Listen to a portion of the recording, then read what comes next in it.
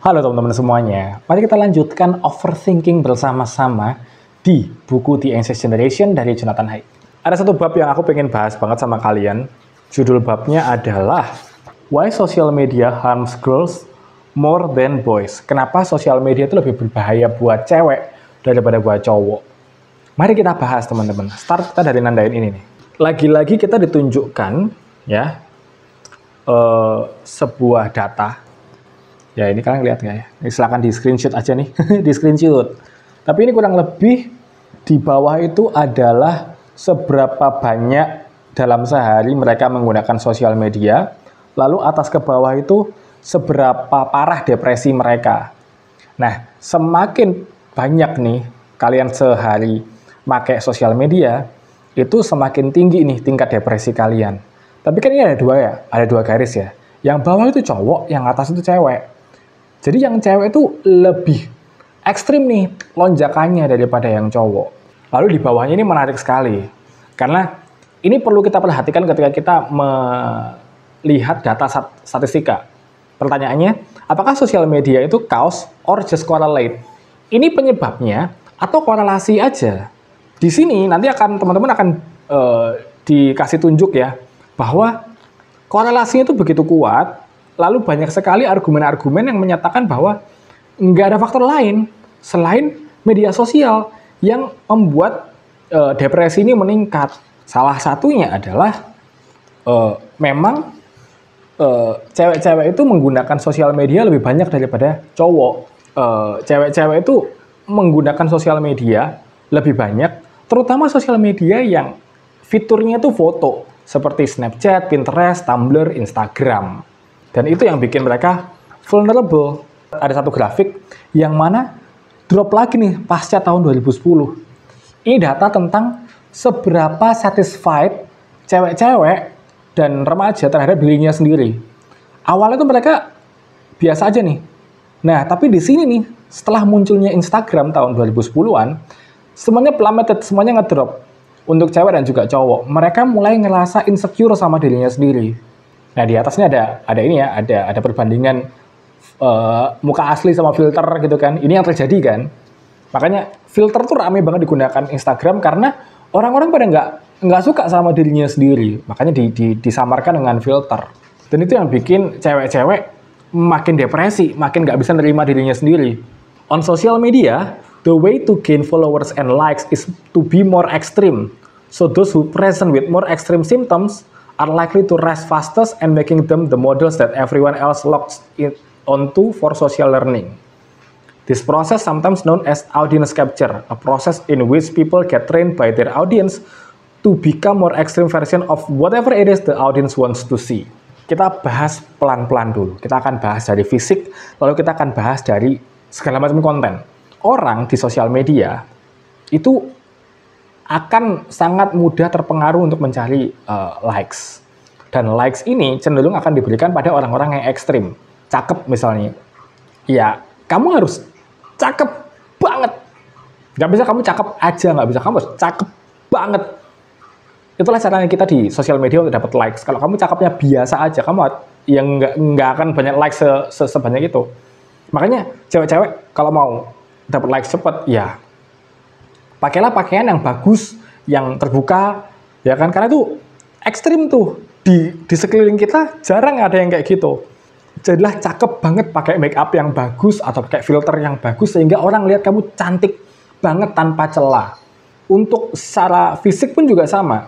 Misalnya kamu mau jadi berototlah yang ekstrim banget. Makin ekstrim, makin banyak likes-nya. Sebaliknya juga sama. Makanya banyak kan konten kreator body positivity yang gendut banget. Semakin gendut dan semakin dia menerima dirinya sebagai orang gendut, makin banyak likes-nya. Sehingga orang akan menjustifikasi kenapa dia mau gendut.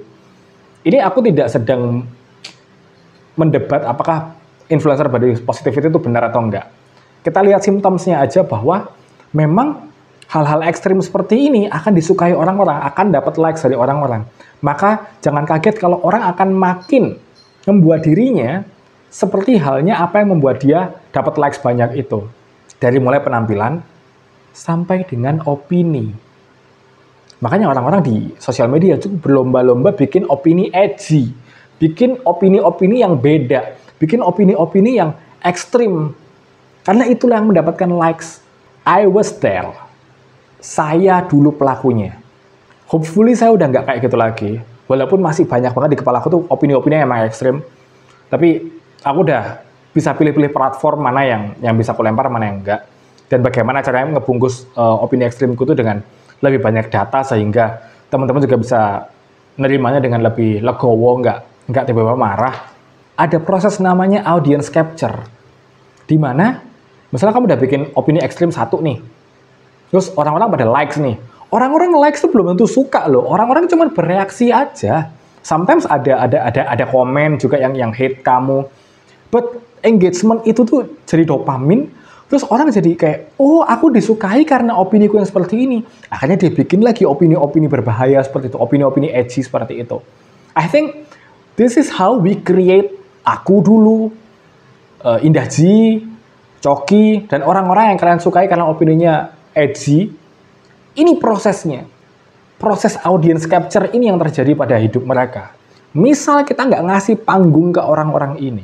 Misal kalian memilih untuk, ini ada opini aku nggak suka nih.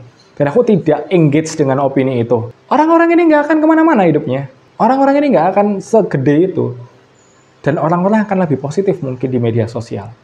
Tapi lagi-lagi seperti yang kita pelajari di Stolen Focus, orang itu tertarik sama hal-hal yang buruk. Sosial media didesain supaya kamu nge-likes, engage sama hal-hal yang buruk. Hal-hal yang bikin kamu marah. Sayangnya orang sekarang itu karena tahu ya bahwa menyenangkan sekali mendapatkan likes, mendapatkan engagement, dan sometimes engagement dan likes itu bisa dapetin duit buat mereka.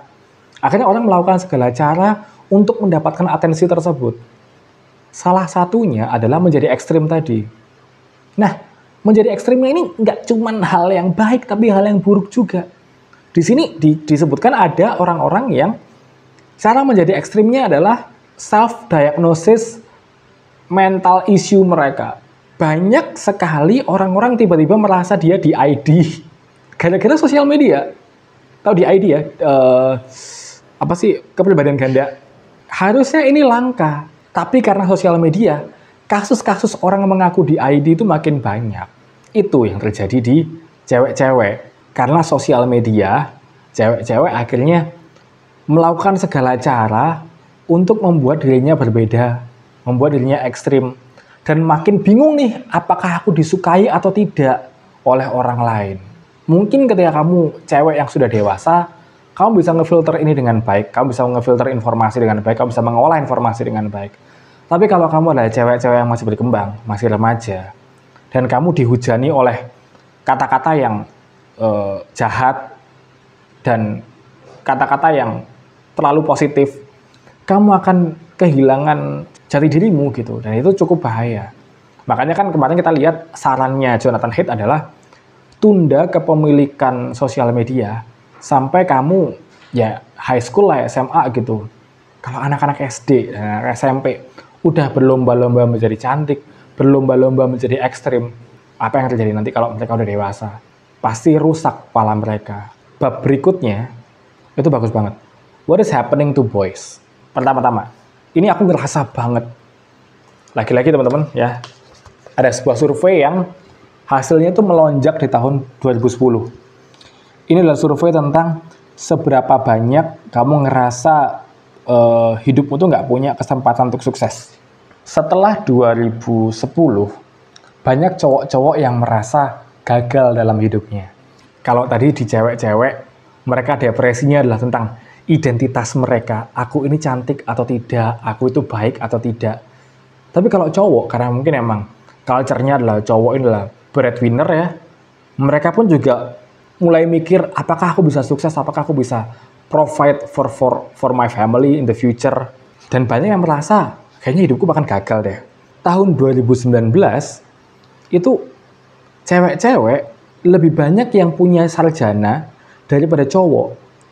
Dimana ketika disurvei ya, ini warga US disurvei, 59% cewek itu punya gelar sarjana, sedangkan untuk cowok itu hanya 41% yang punya gelar sarjana. Selain kemerosotan dari segi studi, ada satu fenomena yang lebih umum terjadi di laki-laki daripada di perempuan. Dan ini makin banyak jumlahnya. Nama fenomena itu dalam bahasa Jepang adalah hikikomori. Mungkin buat teman-teman yang udah nonton anime sering ya, disebutnya tuh NEET gitu, NEET gitu. Apa ya? Not in education, employment, or training. Cowok-cowok yang nganggur aja gitu. Nganggur, mengurung diri di kamar, nggak ngapa-ngapain. Jumlahnya ini makin banyak. Dan ini harusnya menjadi simptom ada yang salah nih dengan laki-laki. Laki-laki juga kecanduan bokep. Semakin mudah kita mengakses pornografi sekarang, teman-teman. The problem is not just the modern pornography amplifies the risk for porn addiction, but that heavy porn use can lead boys to choose the easy option for sexual satisfaction by watching porn, rather than trying to engage in the more uncertain and risky dating world. Jadi dengan adanya pornografi sekarang yang makin mudah, cowok-cowok bahkan udah nggak mau untuk memantaskan diri, ketemu sama cewek beneran, dating, nggak mau hatinya terluka, nggak mau ngerasa rendah. Terus mereka ngambil opsi, ya udahlah aku nonton bokep aja lah. Makanya sekarang alat-alat pemuas seksual pria itu rame dicari dan teknologi nggak ngedukung kita ke arah yang lebih baik. Sekarang orang-orang lagi ngembangin sex doll itu makin mirip sama manusia. Itu kan artinya ya cowok-cowok ini udah nggak lagi butuh cewek untuk memuaskan dirinya, atau sih? Tidak ada kebutuhan untuk mereka merasukan diri, bertolak, untuk dating, untuk ngomong sama cewek. Porn separates the evolved lure, sexual pleasure, from its real-world reward, sexual relationship, potentially making boys who are heavy users turn into men who are less able to find sex, love, intimacy, and marriage in the real world. Inilah kenapa aku suka ngomongin segala macam hal ini, nggak hanya dalam konteks apa yang terjadi pada otak saja, tapi apa yang terjadi pada mental dan sosial. Selalu orang-orang kalau ngomongin bokep kan selalu kayak, oh bokep merusak otak, bokep merusak kapabilitasmu untuk perform secara seksual. Tapi orang nggak banyak bahas bagaimana bokep ini bisa membuat cowok-cowok itu tidak mau ngambil resiko. Jadi punya keengganan untuk mencari sex, love, intimacy, and marriage. Dan seperti yang kita bahas di pertemuan sebelumnya, internet itu memudahkan kita untuk mempertemukan kita dengan orang lain. Dan cowok-cowok daripada engage di sosial media, lebih banyak waktunya habis di game. Tapi apakah itu artinya cowok-cowok mendapatkan teman baru di game dan bisa menggantikan kebutuhan dia akan permainan lewat game-game online yang dia dapatkan? In 2000, di tahun 2000, 28% of anak-anak kelas 12 reported that they often feel lonely. Pada tahun 2019, angka ini naik di angka 35%. This is symptomatic of a broader friendship recession among men in the United States. Tahun 1990, hanya 3% American men reported having no close friend. By 2021, the number had risen 5-fold to 15%. Makin banyak cowok-cowok sekarang yang nggak punya teman dekat. Aku pun juga ngerasa hal yang sama. Dan ini sebenarnya berbahaya sih. Kamu, siapapun kamu tuh butuh teman dekat. Teman dekat tuh necessary. It's part of being a human being gitu. Dan ini terjadi di laki-laki. Banyak sekali kita malah detach sama teman-teman kita justru karena makin banyak kita main game. Ada satu survei ya, laki-laki di surveinya itu melonjak naik di tahun 2010. Tapi surveinya ini tentang seberapa banyak orang yang merasa hidupnya tidak ada artinya.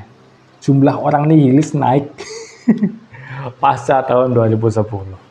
Itu tadi hal-hal yang terjadi pada cewek dan cowok. Dan penyebabnya mungkin kenapa perempuan makin banyak sosial media makin insecure, cowok mungkin nggak lebih banyak sosial media tapi juga sama-sama on screen lewat game, tapi itu juga nggak mengebantu pertemanan mereka.